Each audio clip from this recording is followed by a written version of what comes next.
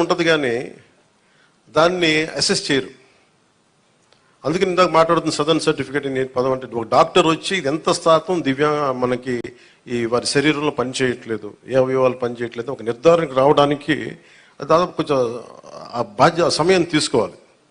దీన్ని నడిపే నాయకత్వం కానీ వ్యవస్థ కానీ అన్నీ ఉన్నాయంటే ఉన్నాయి కానీ నిర్వీర్యంగా ఉన్నాయి, కొంత జోష్తో పనిచేయట్లేదు.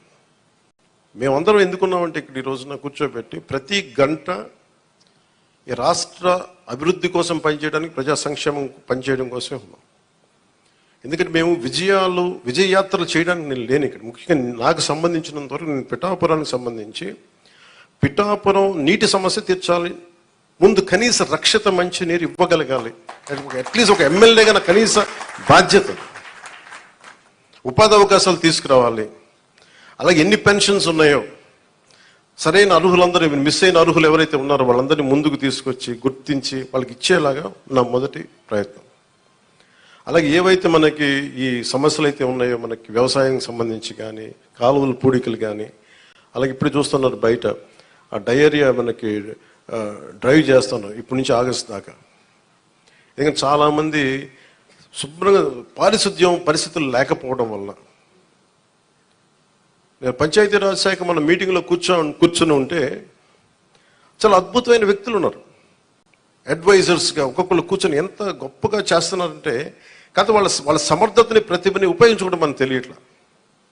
అందుకే నేనేం చెప్పానంటే ముందు మన పిఠాపురం రాష్ట్రం మొత్తం అమలు చేయడానికంటే ముందే మన మండలాల్లో మన కొత్తపల్లి ఉప్పాడ మండలం కానీ మిగతా మనకి గొల్లప్రోలు మండలం కానీ ఇక్కడ మనకున్న మండలాల్లో ఎక్కడో చోట కొన్ని పర్టికులర్ గ్రామాలని పంచాయతీలను సెలెక్ట్ చేసి అసలు పారిశుద్ధపు సమస్య తీసేలాగా ఉండాలి. అది ఫస్ట్ నా ప్రయారిటీ. అది కనీసం రక్షిత మంచినీరు, కనీసం పారిశుద్ధ్య శుభ్రత ఉండేలాగా. సో ఆ ప్రయత్నంగా ముందు మేము అడుగులు ఇస్తాం. నేను చెప్పాను ముందు విజయయాత్ర పెట్టమన్నారు రాగానే. నేను చెప్పాను నాకు ఒక్క ప్రజల్ని ఇబ్బంది పెట్టే సమస్య కానీ, పని చేయాల్సిన పోలీస్ వ్యవస్థకి అదనంగా మళ్ళీ బందోబస్తు డ్యూటీ చేసి బరువు పెట్టే బాధ్యత కానీ పెట్టకండి. వాళ్ళు పని చేయాలి, వాళ్ళు ప్రజల కోసం పని చేయాలి. ఎంతసేపు కూర్చోబెట్టి మనం గత సంవత్సరాలుగా నలిగిపోయాం. ప్రతిసారి నేను రోడ్డు మీదకి వచ్చినప్పుడు ఎంత నలిగిపోతారో నాకు తెలుసు.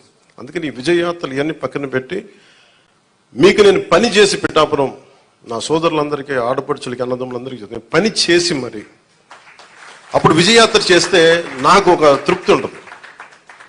గెలిచినందుకు నాకు ఆనందం లేదు, పని చేసి మీ మన్నన పొందిన తర్వాత నాకు అప్పుడు ఆనందం వస్తుంది. మీ మన్నన పొందే వరకు అప్పుడు నేను ఎమ్మెల్యే అప్పుడే ప్రకటించుకుంటాను. ఇప్పుడు మీరు అంటే నాకు నిజంగా నాకు హై స్టాండర్డ్స్ పెట్టుకుంటాను, నాకు చాలా హై స్టాండర్డ్స్ పెట్టుకుంటాను. నేను పని చేసే వరకు కొన్ని వదలను. ఇంకా నాకు పిఠాపురాన్ని నేను మీకు మాటిస్తున్నాను, భారతదేశంలో అత్యంత మోడల్ నియోజకవర్గంగా చెయ్యాలి అని ఒక ఆకాంక్ష. ఎందుకంటే పెద్ద పెద్ద పరిశ్రమలు రావాలి, ఇక్కడ కాలుష్యం లేని పరిశ్రమలు ముఖ్యంగా రావాలి, అవన్నీ తీసుకురావాలి. ఇక్కడ నుంచి విదేశాలకు ఎవరికైనా ట్రైనింగ్ వెళ్ళాలంటే విదేశాలకి ఇక్కడ ట్రైనింగ్ ఇప్పించి రకరకాల వృత్తి కోర్సుల ద్వారా కొంతమంది పంపించాలి. ఇక్కడి నుంచి చాలా విభిన్నమైన ఎక్స్పర్ట్స్తో మాట్లాడుతాను, వాళ్ళందరికీ ఇక్కడ రావాలి, తీసుకొస్తాను. అందుకే నేను ఈ రోజున కూడా చెప్పాను ప్రజలకు అందుబాటులో ఉండండి.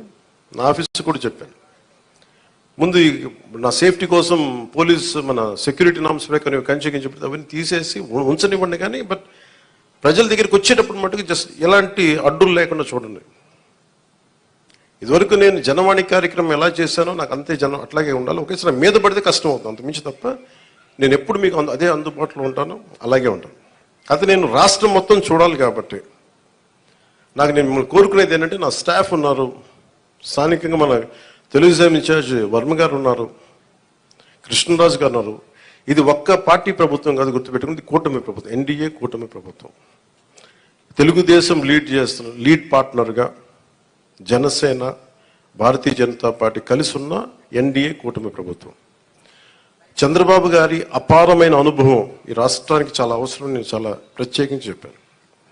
ఈ రోజు నేను ఫస్ట్ ఆయన పెన్షన్లు ఇవ్వడం నాకు ఎందుకు ఆనందం అనిపించిందంటే ఈ ఫైనాన్స్ జగ్యులరీని, ఈ ఆర్థిక అస్తవ్యస్తల్ని ఆయనదైన అనుభవంతోనే దాన్ని అందుకని మీకు ఫస్ట్ చెప్పిన రోజుకి పెన్షన్ ఇవ్వగలిగారంటే నెల రోజులు కూడా కాలేదు, అందరూ ఛార్జెస్ తీసుకొని.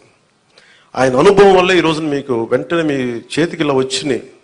అది కూడా ఆయన మాట చెప్పారు, 3 నెలల్లో ఆ ప్రభుత్వంది మీకు ఇస్తాం.